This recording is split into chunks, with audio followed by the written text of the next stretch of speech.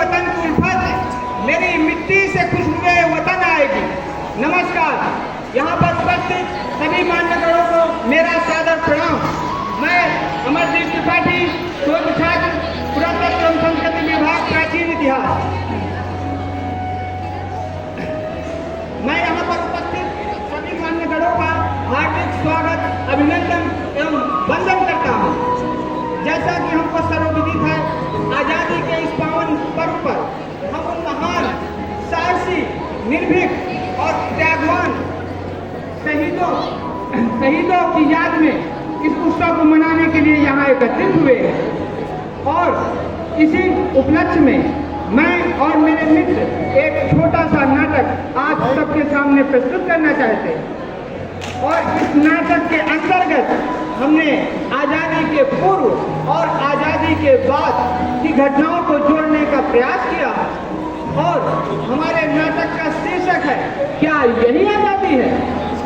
और इस नाटक को देखने के उपरांत मुझे आशा ही नहीं, पूर्ण विश्वास है कि आजादी के नए मानक स्थापित होंगे और हम आजादी के जो नए स्वरूप हो सकते हैं उनको समझने की कोशिश करेंगे।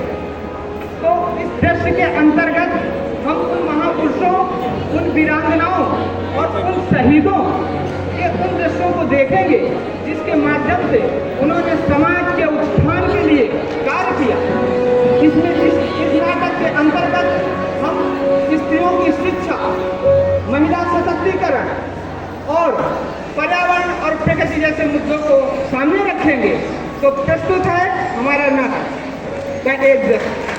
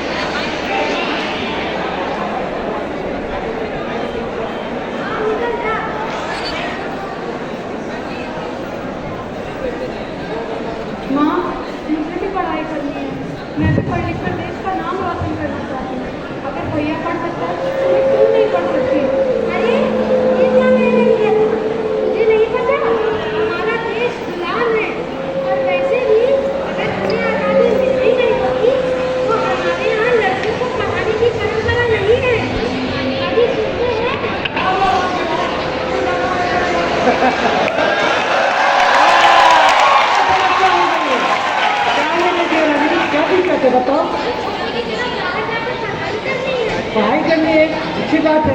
देखिए तुम्हें पता नहीं, हमारा देश गुलाम है और हम गुलाम देश में बेटियों को शिक्षित नहीं कर सकते। अगर हम आजाद भी हो गए तो ये समाज की कुछ बड़ी मानसिकता कभी भी बेटियों को शिक्षित करने की ओर नहीं बढ़ेगा। बेटा तुम्हारा उम्र हो गया है, की जिम्मेदारियों को संभालो और ये पढ़ाई लिखाई समझा लो, समझे?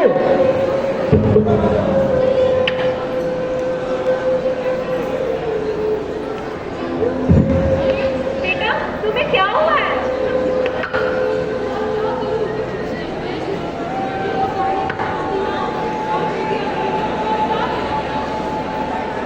अरे तुमसे किसने कह दिया कि बेटियों को पढ़ने का अधिकार नहीं है? बेटा कलम किसी की गुलाम नहीं होती, इस पर किसी एक व्यक्ति का अधिकार नहीं होता। यह तो सदैव स्वतंत्र होती है और शिक्षा तो शेरनी के दूध की भांति है। इसे जो जितना पिएगा वो उतना दहाड़ेगा। और समाज में आपको अपने वास्तविक अधिकारों को प्राप्त करने के लिए शिक्षित बनना ही होगा। और यदि तुम पढ़ना चाहती हो तो तुम पढ़ो, तुम्हें हम पढ़ाएंगे। पश्चिम से पूरब की ओर एक लहर आती तो है, गुलामी की बेड़ियां अब हमें लगाती तो है। संसार देखे अब भारत के सौ बलिदान को, संसार देखे अब भारत के सौ बलिदान को।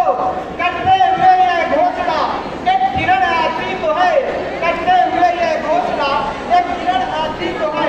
और आज जब हम आजादी के 77वें स्वतंत्रता दिवस को मनाने के लिए यहाँ उपस्थित हुए हैं, तो हमारे समाज के लोगों के मन में आजादी के लिए क्या भाव है, एक मिनट।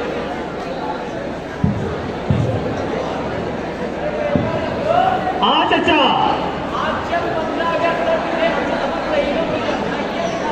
अरे बात कीजिए चाचा, बहुत दिनों के बाद छुट्टी मिली है, जा रहे हैं फिल्म देखने। अरे बस कीजिए, अब जा रहे हैं। ये लोग आज अपना हॉलीडे मनाते हैं। आज